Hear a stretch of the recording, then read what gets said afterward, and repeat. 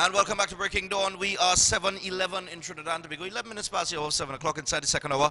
And right now we have the Ministry of Sport on the inside here, and they are here to tell us about a program called YDAC.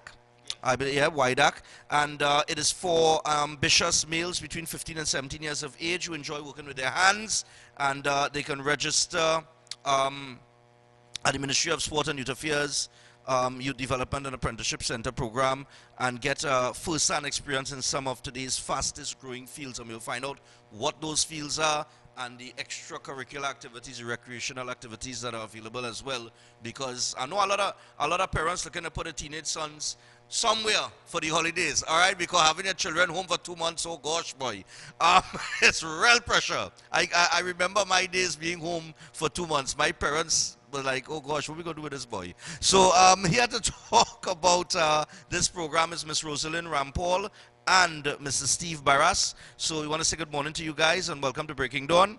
And well, which one want to talk first? Whoever. Rosalind, okay, you can hold on to the, all right, and you guys can just, you'll have to pass it on.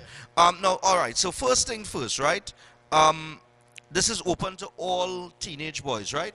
15 to 17 years. 15 to 17 years. Yes. Okay, because when I was reading the information on the program, I was saying, but wait, it seems a little similar to something like a Silval, but it isn't.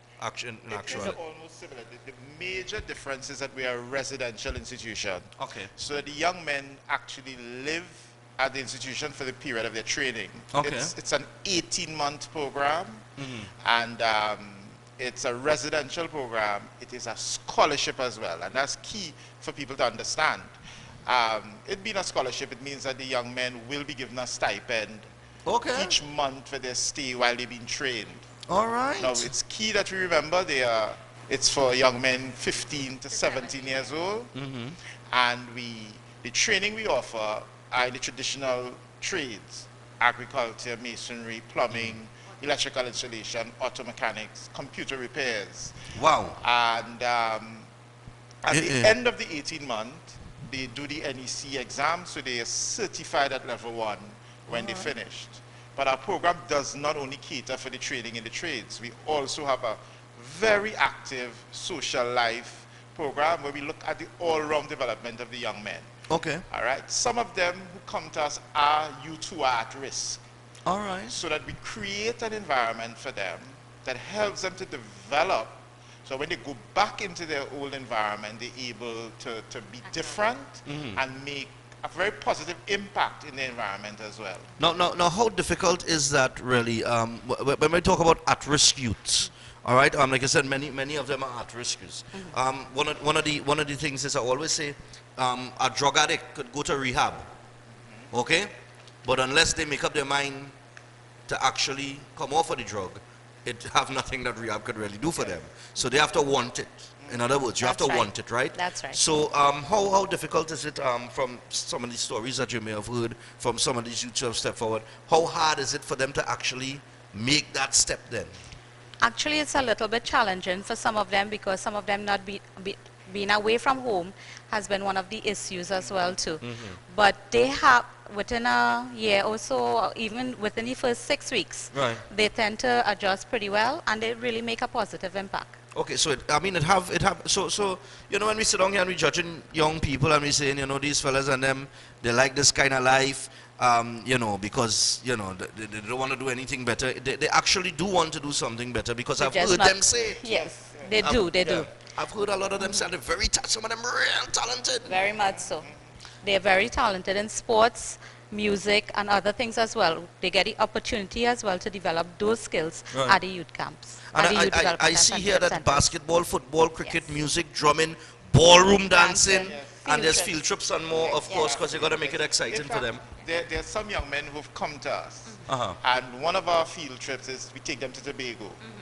And for some of them, it was the first time in their life that they went into Tobago. Wow. Tobago, so what we do is we create opportunities for these young men. Just like you said, they're very talented. All they really want is the opportunity to hone their skills and to be as creative as they can be. So we try to create an environment for them to do that. Now, it's residential. One of the misconceptions people have is that we are a detention center. Okay. We are not a detention center. All All right. You have a full scholarship. You apply to get in. You are interviewed, and then you're selected. Okay. When you come in, though, because it's a residential institution and because our levels of discipline are very high, some people may initially have some issues, Okay. some challenges with the level of discipline that we demand of them. For example, you are required to get up at 5 a.m. every morning. All right. Part of your responsibility is you live here, you must take care of the environment. So hold on, wait. This cameraman we have working here this morning, Yes. apparently, Yes. was part of the program, right? He was- Most definitely. And he was required to wake up at 5 o'clock in the morning. But I don't know if this boy does get up 5 o'clock in the morning still. And they know him very well, you know, from the time they came in, they said, but wait now. But you didn't tell us, this boy always late. He laughing. Actually, he's laughing. So that doesn't seem to be too true here. That's all. I know that is not true That is because not- when I got here very early and he was here. Yeah. He was here. So- No, he's a good worker. He's a good Part of worker. the He's a good, training yeah. did work. In fact, we've had testimonies from employers who Yeah. said that sometimes our young men may not be as qualified Yeah, as they would like them to be, right, but they are always enthused by the level of discipline right. and the trainability of these young men. And so they oftentimes they would keep them on. Okay. Because they said these young men can be trained further. The level of discipline they portray, they on work on time, they Okay. them before everybody else, and they're always willing to help, and their responses will always be yes sir, yes ma'am. Yeah. And employers are really Impressed, yeah. impressed by yeah. that. And so even though the young men may not meet the skill set that they require, they keep them because they realize that they can be trained. Ah, beautiful. So this seems to me like somewhat of a mixture between, it's somewhere in between Serval and CCC. Yes. But where the discipline aspects come Yes. in, and then the Yes. Serval There's a with high the skills discipline. training and But in addition to the 2-year program, being an 18-month program, Yeah. I just want to go through what the program is about. okay. For the first 6 weeks of our program, we have an orientation program in which they do a personal parade. When they return from the orientation, they start their skills training, Okay. where they do health and safety and they go into the skills training. Towards the end of the program, we send them on our OJT program, where they have worked with several organizations, private organizations, and even some of those organizations have kept on some of the OJT employees. So they, in addition to doing the NEC Level 1 examination, they also do the school leaving examination, and those who are able to, we also do maths and English Wow. at, CXC level. at the But CXC that's level. the opportunity to complete the O-level studies. Yes, definitely. So that's, I mean, that's the, you know, this program, I tell you what, years ago I was working on radio, right? And I said, you know, it's very easy, if we wanted to decrease the crime rate and the amount of gang members that going into these gangs in these communities. And I said, all we need is a living, which this is, Yes. because this is 2-year living, Yes, it is. Yes. all we need is a living facility where you could take these youths, put them in this living facility, take them out of the environment totally, Yes. and you know, put them in there and educate them. If they want to play football, let them eat, sleep football, cricket, whatever they want to do, and give them the opportunity to do what they want to do, with, of course, proper guidance and Exactly. discipline and so on and so forth. Exactly. And this program seems to be the exact program that I was talking about 4 years ago. Yes. On radio. No, serious, you know. And you know, because I had that concept, you had to take them out of the community for a while. They had Yes. to actually go and live somewhere else. Yeah. And you know what? We're realizing that this is probably one of the best kept secrets in this country Yes. because Yeah, because the first we time I heard have about it. we have been running these programs for more than 50 years. Wow. Last year, Persto celebrated their 50th anniversary, and this year, We are celebrating our 47th. 47th Yeah, anniversary. yes. So all they are wrong, real long way. Since 1964. 1964. Wow, since 1964, I did not know, I did not even know this existed. I was talking about it on radio and I didn't even know this thing existed. But this is the exact thing that I was talking about, something, this same concept here then. But let me just give two numbers that people can call to get all the information they require, because we have caravans in all of the different districts. So if they call these numbers, they'll have an idea of when we'll be in their area, where they can collect forms, where they can drop the forms off. Okay, beautiful. If they want to, parents may want to arrange a visit, they want to come and look at the facility to see whether they can call and a visit could be arranged. So the numbers are 648-2356, 648-2356, and 673-1995. 673-1995 and 648-2356.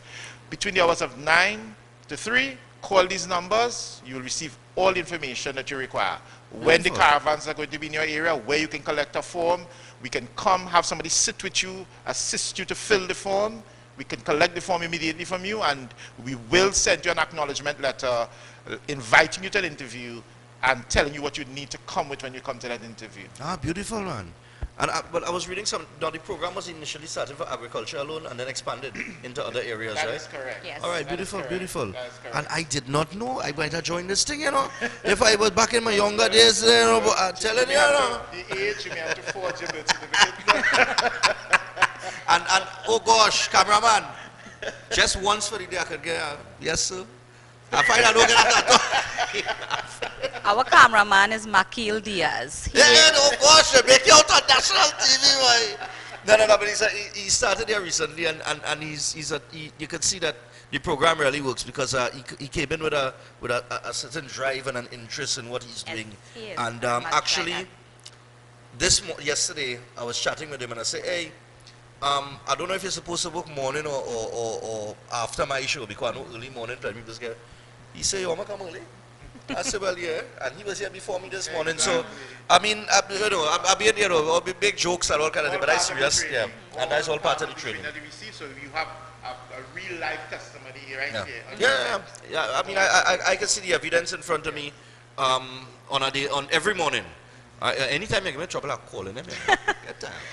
I also want to share, on Wednesday, we will be visiting, we'll be doing some caravans. Okay. On Wednesday, we will be going to Matlat, Matura, Rampalgas, Cumana, Celebia, and Toku. And on Friday, we'll be going to Maracas, La Fillette, Las Cuevas, and Blanchishes. Ah, beautiful. And on Wednesday, we hope to also hit Mayaro, Bristol, Mafeking, Kernahan, and Guaya. So we're coming to a village near you. Right. We're going to be there. You can ask us any question you want. We're there to promote, to give you the application forms. We'll be there to help you fill them as well, because we understand that some of the young men that will come to us may have numeracy and literacy issues. We welcome them.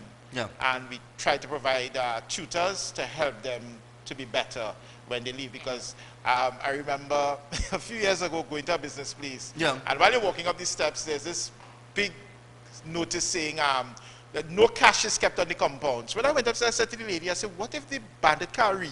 What if that? No, but you make a good point. You make a good point. If the bandit can't read, well, you know what I mean. They're in real trouble because, you know. Definitely, because they will bypass that side and they come up And to they you. come, exactly. So we do understand that some of our young men come in with literacy and numeracy issues, Yeah. and we really try to get them to cross that hurdle, because we recognize that a lot of the indiscipline is as a result of sometimes having these issues, Yeah, most not definitely. finding some means of improving oneself, and so you feel that the best way to be noticed and the best way to get through life is by being a bad boy. Right. And well, following the Yes. Yeah. Yes. The Yeah. other leaders. becoming whatever is the norm in the area. Yes, well, that's better correct. be a part of that than That something is else. correct. So and like you said, you're quite right. The environment is conducive to that, because we take them out of you need to an take them environment out of that the may be environment. negative, Yeah. and we place them in an environment that helps them to really develop into what they want to be.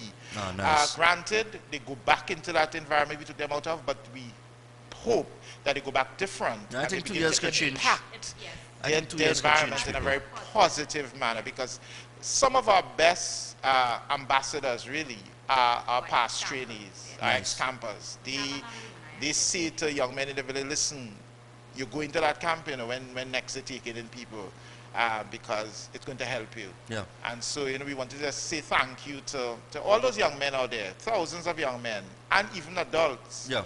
who have come through our system, who benefited, and who continue to promote the youth camp, which is now called the Youth Development and Apprenticeship Center, and promote it for what it is and what it continues to do in terms of helping to build our nation. And you're right, we're not unlike CCC and Serval. We cannot reach every young person. Exactly, yeah. And so we are another one of those institutions that is present, available, we're ready, we're willing to make the necessary changes in our young men for the development of this nation. All right, so I want to thank you guys for coming on, and don't forget, people, the numbers to call for more information on this: 673-1995, that is 673-1995, or 648-2356, that is 648-2356. It is the Ministry of Sport and Youth Affairs, and this is the YDAC program, otherwise known as the Youth Development and Apprenticeship Center, and they're coming to a village near you very, very soon. So make the call today and get involved. And if you have a 15 or 16-year-old giving you trouble, and you're saying, you see this, here what's going on, you're going YDAC tomorrow, right? I'll see you in 2 years. You come back a changed man, all right? So thanks a lot, guys. Ms. Rosalind, Rampaul, and of course, Mr. Steve Barras for coming on. And stay tuned, people. We got more breaking down for you, including that incident on Charlotte Street that happened last night. Very, very brutal incident, but the old people fighting back. I got to say that. You'll see what we're talking about when we return. We'll be back after this.